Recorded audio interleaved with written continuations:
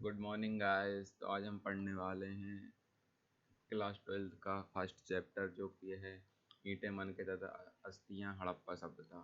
हड़प्पा सभ्यता मतलब ये सबसे पहली सभ्यता है जो कि इंडिया में खोजी गई थी। मतलब इंडिया में क्या, वो तो सब में सबसे पहले यही मानी जाती कि ये थी। तो आज हम इसको पढ़ने वाले हैं। जो सभ्यता थी, इसको हड़प्पा सभ्यता और सिंधु घाटी सभ्यता, मतलब दो नाम से जाना जाता है। और इसमें जो मोहरें मिली हैं, मतलब जिसके द्वारा इसको अपन बता सकते हैं कि हाँ, कि इतिहास में एग्जिस्ट करता था, तो वो इसलिए कैसे बता सकते हैं हम। उसमें बता सकते हैं कि ये सेलखड़ी नामक, जो कि एक पत्थर की वैरायटी है, उसकी बने मोहरें मिली हुई हैं। और इन मोहरों पे काय किसके चित्र दिए गए हैं, जानवरों के। और वो ऐसी लिपि है जिसे आज तक पढ़ा नहीं गया है। ऐसी लिपि जिसे आज तक पढ़ा नहीं गया है। और कुछ कुछ चीज़ें और भी मिलती हैं, जैसे लोग जिन घरों में रहते थे उन्हें आवास कहा जाता है, वो भी मिलते हैं। मृदभांड भी मिले हैं। मृदभांड मतलब मिट्टी के बने हुए बर्तन। और आभूषण, आभूषण तो आप जानते ही हैं, आपके जैसे कोई भी माला हो गई, कुछ भी चूड़ी वगैरह, ये सब औजार, मतलब लड़ने के हथियार, हथियार वगैरह जो कुछ भी हैं, जैसे कुल्हाड़ी लकड़ी काटने के लिए।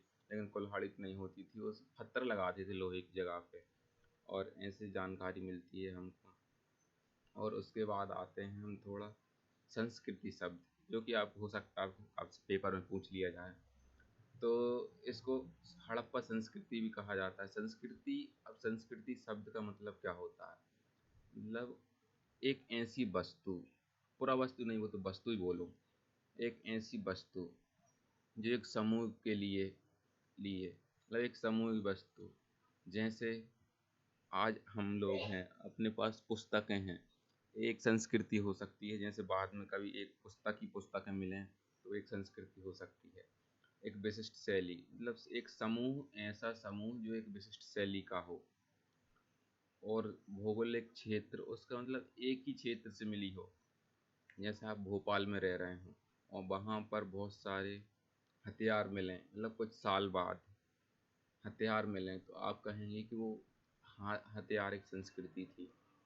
मतलब एक ही कालखंड, मतलब 200 साल बाद मिले आपको आज की चीज़, तो आपका कहेंगे 200 साल पहले एक संस्कृति थी जो हथियारों से संबंध रखती थी।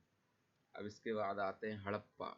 हड़प्पा मतलब टाइम कितने से कितने तक था, 2600 BC। यहाँ पर देखते हैं 2600 BC, मतलब बिफोर क्राइस्ट। बहुत, और उधर से लेके 1900 BC, 1900 BC तक इसका काल निर्धारण किया गया है।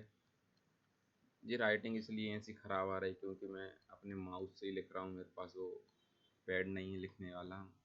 तो इसके बाद आते हैं, एक बार मैप मैप हम बाद में डिस्कस करेंगे कभी। मृदभंड शैली, मृदभंड मतलब एक बर्तन बन, मतलब आरंभ कैसे हुआ था इस सभ्यता का। तो इस सभ्यता को हम, मतलब जो सभ्यता थी, अभी हमने इधर देखा 2600 से 1900 को 20 BC के बीच में थी। तो इससे पहले भी एक सभ्यता थी जो इधर विकसित थी। लेकिन हड़प्पा सभ्यता और उससे पहले की सभ्यता में काय का अंतर था, मृदभांड शैली, मतलब जो बर्तन मिट्टी के बनाए जाते थे, उनमें बनाने में कुछ अंतर हुआ करता था।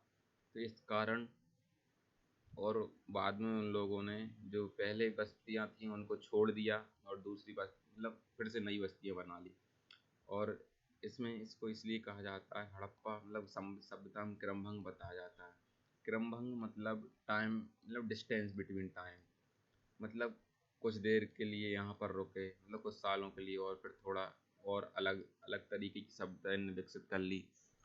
और जो इनकी सभ्यता थी उसे शहरी सभ्यता कहा जाता है। शहरी सभ्यता क्यों कहा जाता है वो भी आपको मैं बताने वाला हूँ, शहरी सभ्यता क्यों कहा जाता है। जब तक तो हमें पढ़ लेते हैं, प्लेस को ये करते हैं। मतलब निर्वाह के तरीके, मतलब जीते कैसे थे, क्या खाते थे, क्या पीते थे। मतलब पेड़ पौधे भी खाते थे, यहाँ पर लिखा है पेड़ पौधे भी खाया जाता था, मछली भी शामिल थी। और अनाज, जले अनाज के दाने मिले हैं। और इसमें पुरातत्व वस्तु, मतलब क्या क्या मिला है मैं उनको बताता हूँ।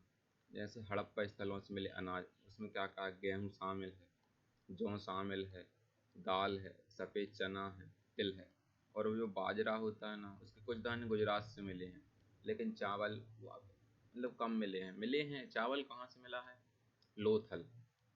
लोथल कहाँ पर है मैं बताता हूँ, गुजरात में है लोथल, ये रंगपुर के पास में लोथल है, इधर पे मिला। और धोलावीरा भी इसी में है। और हम पढ़ेंगे, मैप भी पढ़ेंगे बाद में। और उसके बाद आ जाते हैं जानवरों में। जानवरों में क्या मिलता है? भेड़, मवेशी, बकरी, भैंस, सुअर। और ऐसा माना जाता है कि बराह मतलब सुअर, इसको लोग, ये भी था, हिरण भी माना जाता है, घड़ियाल, इसकी हड्डियां भी मिली हैं। और लोगों को मतलब जो इधर मांस प्राप्त करते थे, मतलब मीट भी खाते थे, वो उनको मालूम नहीं है, मतलब पता नहीं चल पाया कि कैसे खाते थे। वो खुद मारने जाते थे, मतलब ये समूह, आखिर तक समूह, मतलब जो शिकार करते हैं वो समूह थे जिनसे वो ये मांस प्राप्त करते थे। अब इसके बाद आते हैं हम कृषि पद्धति, मतलब वो फसल कैसे उगाते थे। वो फसल, वो उन्होंने माना है कि मतलब जो इतिहासकार हैं तो उन्होंने माना कि उधर वृषभ भी मिला था। वृषभ मतलब बैल, जिनसे, बैल क्या होता है? बैल जो बैलगाड़ी खींचने के लिए काम आते हैं उनको वृषभ कहा जाता है। और अब जो बैलों का प्रयोग होता था, मतलब जो मिट्टी के, मतलब उसमें बताया गया है कि जो खेत में, जिसको बोने से पहले एक बार खेत को हल के द्वारा, या फिर आप ट्रैक्टर में जो भी पंजा वगैरह फंसा के करते हैं, तो एक बार बोने से पहले मिट्टी को एक बार खोदा जाता है। तो उसको खोदने के लिए, मतलब जो भी हल का प्रयोग करते होंगे, उनके प्रतिरूप मिले हैं। मतलब हल का प्रयोग होता था इतना पक्का है। और वो कहाँ कहाँ से मिले हैं? वो मिले हैं मिट्टी के बने हुए, मतलब रियल वाले तो नहीं मिले, लेकिन मिट्टी वाले मिले हैं। और जो कुछ स्थान है, जैसे चोल स्थान हो गया, ये होगा चोल स्थान हो गया। एक होगा बनावली, जो हरियाणा में स्थित है। जो कहाँ पर है? हरियाणा, बनावली। ये मतलब राखी गढ़ी के, मतलब कालीबंगन है, इसको भी हम पढ़ेंगे, इसके ऊपर है बनावली। तो इधर से मिले हैं क्या? जुते हुए खेत। और चोलिस्तान, चोलिस्तान कहाँ है? मतलब जो पाकिस्तान है ना, मतलब ये इंडिया की बॉर्डर है, उससे लगा हुआ पाकिस्तान का भाग, इसको चोलिस्तान कहा जाता है। ठीक है। और इसके बाद पढ़ते हैं, अब वो मतलब खेत तो जोतते थे। अब वो कैसे जोतते थे खेत? और जो जोते हुए खेत हैं वो कालीबंगन से मिला है।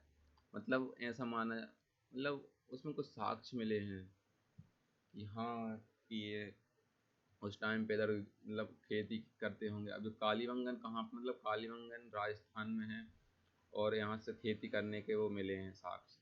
और जो कालीबंगन कहाँ है, जैसे ऊपर जोते हुए खेत के मतलब हल्के प्रतिरूप मिले हैं, और उसके नीचे मिला है कालीबंगन बना, कालीबंगन जो कि राजस्थान में है। इधर क्या था? जुते हुए खेत। इसके बाद आते हैं, अब जुते हुए खेत तो हो गए, लेकिन अब वो कैसे फसल उगाते थे? तो वो फसल कुछ इस प्रकार उगाते थे, जैसे एक फसल, इस चने की फसल हो, ये इस साइड हो गई, इसके बाद फिर से चने की फसल, इसमें भी चने की फसल, इसमें भी चने की फसल। और फिर इधर ऐसे में गेहूँ बो दिया, इस साइड गेहूँ बो दिया और गेहूँ बो दिया। मतलब हल रेखा के दो समूह एक दूसरे को समकोण पर काटते थे, मतलब जहाँ पर प्लस बनता था, मतलब ऐसा काटता था और एक ऐसा काटता था। तो ऐसा माना जाता है कि इधर पे मतलब एक बार में दो फसल उगाई जाती थी, मतलब एक ही बार में दो फसल। अब इसके बाद आ जाते हैं कि सिंचाई कैसे करते थे। सिंचाई के बस एक ही साक्ष्य मिलता है। ऐसा माना जाता है कि अर्ध शुष्क था क्षेत्र, मतलब बारिश कम होती थी। और उसके बाद जो भी नहरों के साक्ष्य मिले वो अफगानिस्तान से मिले। अफगानिस्तान कहाँ? अफगानिस्तान के अंदर एक सोरतुई नाम, हड़प्पा स्थल है, उधर से मिले। इसको सोरतुघई कहा जाता है। और जो जलाशय हैं वो धोलावीरा से मिले हैं गुजरात में। और इसमें मतलब भरा जाता, मतलब जो थे ना उनको भरा जाता था, जैसे कुछ कुछ गड्ढे टाइप के, तो उसे जलाशय कहा गया। लेकिन जलाशय कुछ इस प्रकार बनाए जाते थे बिल्कुल खतरनाक तरीके से। अभी जलाशय हो गए। देख लेता हूँ कितना टाइम हो गया, वीडियो बड़ी नहीं हो गई, 10 मिनट की हो गई। अब हम अगले पार्ट में पढ़ते हैं और